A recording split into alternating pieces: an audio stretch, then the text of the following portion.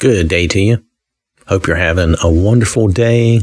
We've been reading in the book of Joshua. I almost said Jericho because this chapter is going to be about Jericho. But we've been reading in the book of Joshua. Last time we read chapter 5, and that's where we see the commander of the Lord's army at the end of the chapter coming to basically take control of the battle that's going to happen here. Now, if you remember the story of Jericho, and I'm sorry I said story. If you remember the account of what happens here, then you may think, well, there wasn't a lot of a battle, but there still is some battle. There's things to notice here. So this is Joshua chapter 6, and this is going to be about the children of Israel taking Jericho. I am reading in the Amplified Bible. Now Jericho, a fortified city with high walls, was tightly closed because of the people's fear of the sons of Israel. No one went out or came in. The Lord said to Joshua, "See, I have given Jericho into your hand, with its king and the mighty warriors. Now you shall march around the city, all the men of war, circling the city once. You shall do this once each day for 6 days. Also, 7 priests shall carry 7 trumpets made of ram's horns ahead of the ark. Then on the 7th day you shall march around the city 7 times, and the priests shall blow the trumpets. When they make a long blast with the ram's horn, and when you hear the sound of the trumpet, all the people shall cry out with a great shout, battle cry, and the wall of the city will fall down in its place, and the people shall go up, each man going straight ahead, climbing over the rubble." In other words, they're going to climb over the wall, the broken down wall. I'm sorry. I want to make sure I'm clear. The expectation is that the wall is going to come down, and they're going to walk and climb over the wall into the city. So Joshua, the son of Nun, called for the priests and said to them, "Take up the ark of the covenant, and have 7 priests carry 7 trumpets made of ram's horns ahead of the ark of the Lord." He said to the people, "Go forward, march around the city, and let the armed men go ahead of the ark of the Lord." And it was so that when Joshua had spoken to the people, the 7 priests carrying the 7 trumpets made of ram's horns went on before the Lord and blew the trumpets. Then the ark of the covenant of the Lord went behind them. The armed men went in front of the priests who blew the trumpets, and the rear guard came after the ark, while the priests continued to blow the trumpets. But Joshua commanded the people, "You shall not shout the battle cry, nor let your voice be heard, nor let a word come out of your mouth until the day I tell you to shout. Then you shall shout." So Joshua had the ark of the Lord taken around the city on the first day, circling it once. Then they came back into camp and spent the night in the camp. Then Joshua got up early in the morning on the 2nd day, and the priests took up the ark of the Lord. The 7 priests, carrying the 7 trumpets made of ram's horns, went ahead of the ark of the Lord, went on continually blowing the trumpets, and the armed men went ahead of them, and the rear guard came after the ark of the Lord, while the priests continued to blow the trumpets.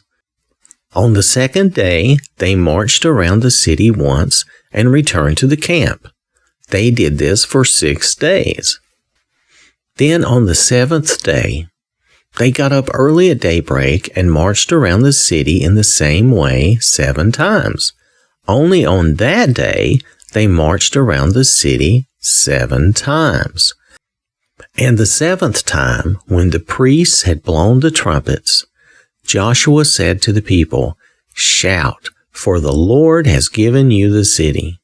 The city and everything that is in it shall be under the ban, that is, designated to be destroyed as a form of tribute to the Lord. Only Rahab the prostitute and all the people who are with her in her house shall be allowed to live, because she hid and protected the messengers, scouts, whom we sent. But as for you, keep yourselves away from the things under the ban which are to be destroyed, so that you do not covet them and take some of the things under the ban for personal gain, and put the camp of Israel under the ban, doomed to destruction, and bring disaster upon it. All the silver and gold and articles of bronze and iron are wholly consecrated to the Lord. They shall go into the treasury of the Lord. So the people shouted the battle cry, and the priests blew the trumpets. When the people heard the sound of the trumpet, they raised a great shout, and the wall of Jericho fell down, so that the sons of Israel went up into the city, every man straight ahead, climbing over the rubble, and they overthrew the city.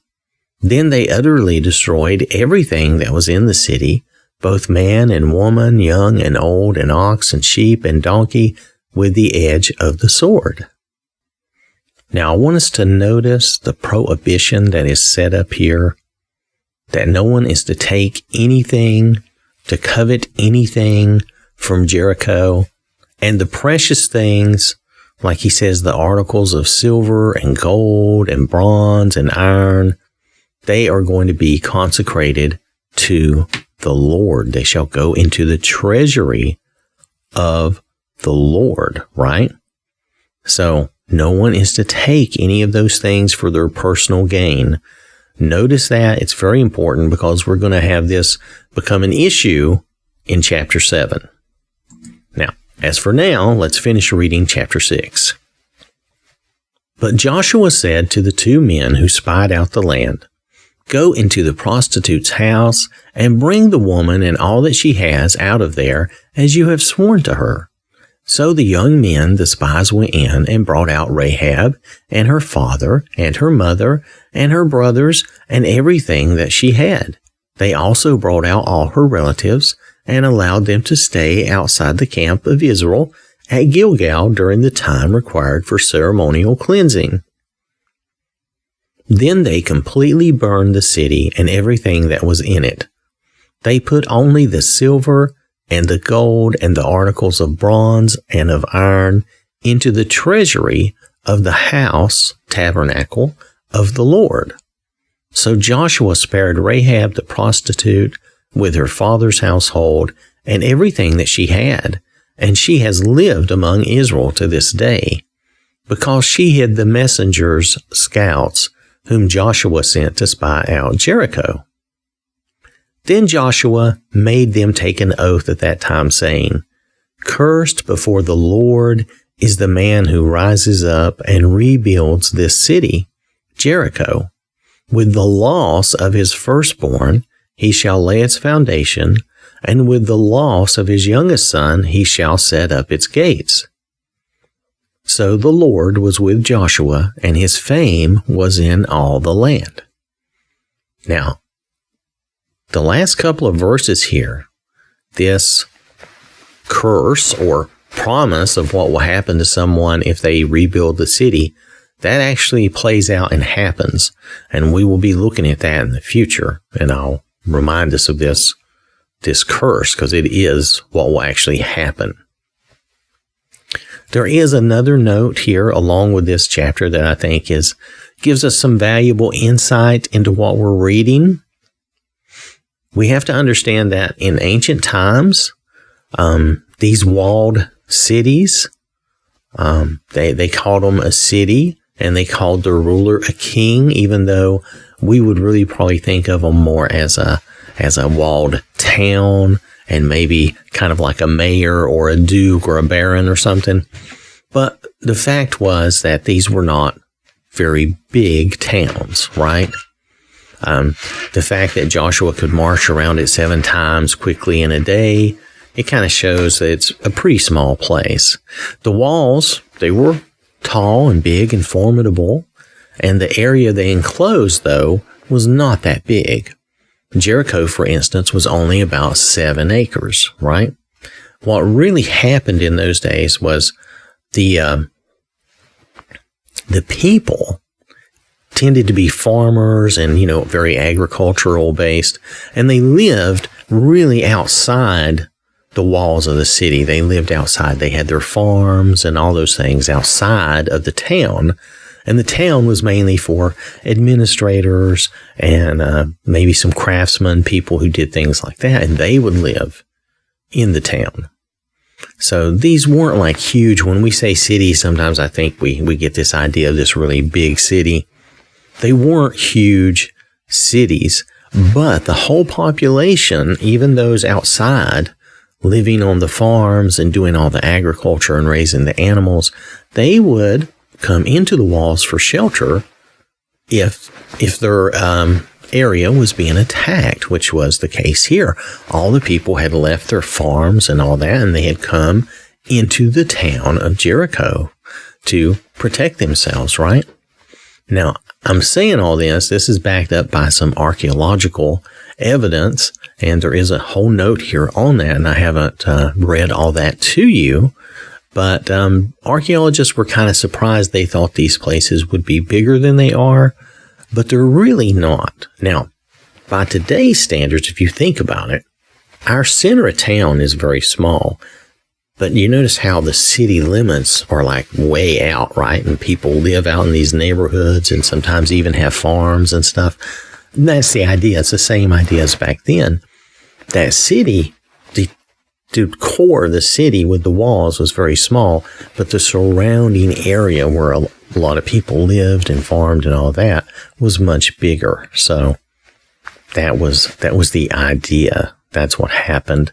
So they would take refuge in these walled towns or cities when an enemy approached, and that's what they would do. But during most of the peaceful time, people would live outside the walls in their farms.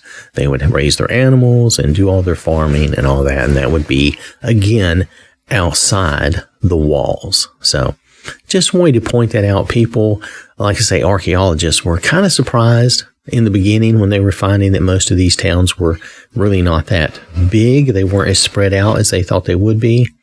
But that's because they didn't need to be. The walled part of the city just needed to be a place where people could come in for protection when they were under attack, when the enemy was there. And then the rest of the time when they were at peace, people could live out on their farms outside of town and not have to be living in the city itself. So just something to be aware of. I thought that was interesting. And Jericho was actually, it sounds huge. It was really not that big, and they were able to walk around it, march around it in a single day 7 times and still go in and capture the city after the walls came down because it wasn't huge. So not by our standards today. So thanks for listening. Hope you have a wonderful day. May the Lord bless you and keep you safe. And remember, God loves you.